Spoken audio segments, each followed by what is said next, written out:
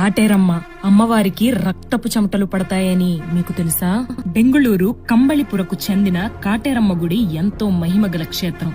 దాదాపు 300 ఏళ్ల క్రితం స్వయంగా అమ్మవారు వెలిసిన మర్రి చెట్టు ఇది. ఈ చెట్టుకు 9 వారాల పాటు 9 ముడుపులు కడితే ఎంత తీరని కోరికలైనా తప్పక నెరవేరుతాయి. ఎవరిపై అయినా శత్రుత్వం ఉంటే వారి పేరు తలుచుకుని ఇక్కడ తాళం చెవితో తాళం వేస్తే అంతటితో శత్రుత్వం తొలగిపోతుందట. నరదృష్టి, దుష్ట శక్తుల నుంచి విముక్తి పొందడానికి నిమ్మకాయతో కొబ్బరికాయతో దిష్టి తీస్తారు. మందుకు అలవాటు అయిన వారికి కూడా ఇక్కడ విరుగుడు మందు దొరుకుతుంది.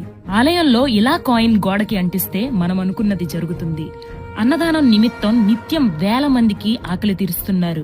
అన్నదానానికి వాడే పదార్థాలు కూడా స్వయంగా పండించి తెస్తారు. పిల్లల కోసం ఈ విధంగా బుట్టలు కడుతూ ఉంటారు. అనారోగ్య సమస్యలున్నా ఈ విధంగా టాబ్లెట్లు కూడా కడుతూ ఉంటారు.